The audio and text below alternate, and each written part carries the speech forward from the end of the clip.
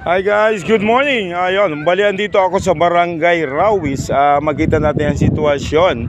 Makulimlim pa sa ganitong oras. Tingnan natin yung level ng tubig. Ayun. Sa ngayon medyo mababa pa.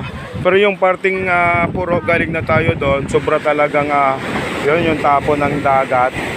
Ayun, maraming nag-free prepare. Ayun, halos lapitan natin guys. Yung parting yun sa dulo, yung pinaka breakwater dito sa Rawis. Maraming bata din sa ngayon na naka-standby. And then pansinin natin, lalapitan natin yung talagang pagputok ng alon. Maging alerto tayo, maging safe, and unang-unang pray tayo sa Panginoon. Kasi nga naman, si God lang ang makakatulong sa atin sa ganitong pipito. Napakalakas daw to. Talagang kailangan paghandaan. Ayun yung pinakadulo, lapitan natin yun. Yung pinakagitna ng dagat. Ayun talagang pumuputi. Ayan, nakita nyo guys. Ayun yung pinakadulo. Ayan. Ayan.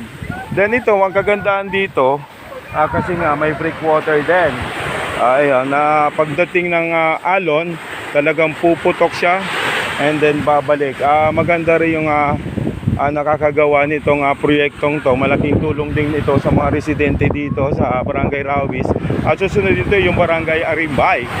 Galing na tayo ng Puro, binaybay natin Puro, Sabang, Pigkali, Baybay. Maraming residente din ang nagsilikas.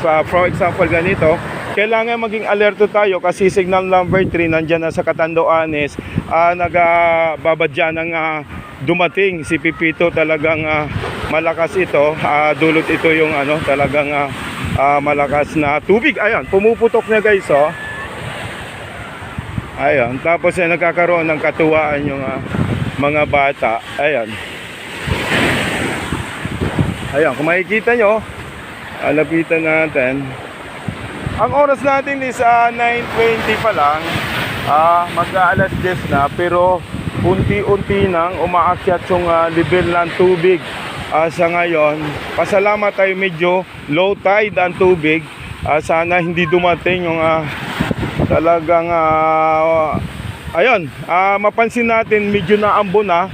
Ito yung signal na kailangan maging safe, maging alerto tayo. Huwag natin kalimutan manalangin sa Panginoon kasi si Lord lang ang makakaligtas sa atin sa ganitong sakuna, ganitong sitwasyon. Ayan. Ayan, pumuputok yung guys, oh. Dito, malaking tulong ng breakwater na to, itong coastal area. Kasi nga naman, kung wala ito, talagang didiretso ito dito sa mga residente. Talagang papasok na yung tubig, ayun, bababahay na yung mga residente dito. Ayan guys, puputok yan. Then makita natin merong naliligo pa doon, no? Talagang malakas din yung loob ng mga bata, mga sanay na to. Ayan. Ayan, naambo na sa ngayon, medyo naambo na. Kailangan maging safe na tayo. Unang-una yung mga gamit natin, iakyat natin sa mataas na lugar. Kasi nga pag sumapit na tong pagdating ni Pipito, nandiyan na daw sa Puerto Catanduanes, talagang babahain tayo. Ayun, grabe naman to. Sana malampasin natin guys. Ayun, ang tip ko lang sa inyo guys, maging kampante tayo, palakasin yung loob, kapit tayo sa Panginoon. Kasi nga si Lord ang magliligtas sa atin. Alasin natin yung takot, kasi yun ang magpapalubog sa akin, yung takot. Ayan, oh. Yun mo muna ang pinaka-update ko sa ngayon. RB Bicol TV, Ronald Araw, nagre-report ng taba, nagsasabing mabuhay. Bicolandia, safe and pray sa bagong Ligaspi. Ayun, thank you so much guys. Mahal ko kayo. Ingat, ingat, ingat lang. Ayun mga bata.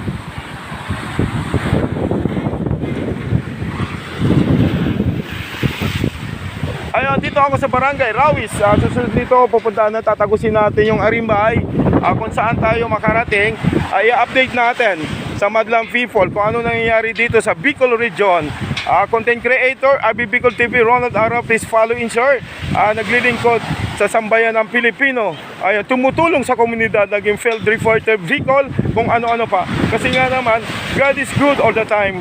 Unang-una, pray tayo sa Panginoon, gumawa ng kabutihan sa kapwa din. Pasalamat pa ulit-ulit, sigurado na tayo, kasama tayo ni Lord sa kaharian sa langit. Yun muna ang update ko, Abi Bicol TV, Ronald Ara, nagsasabing mabuhay. Bicolandia, mabuhay sa bagong Ligaspi. Thank you so much.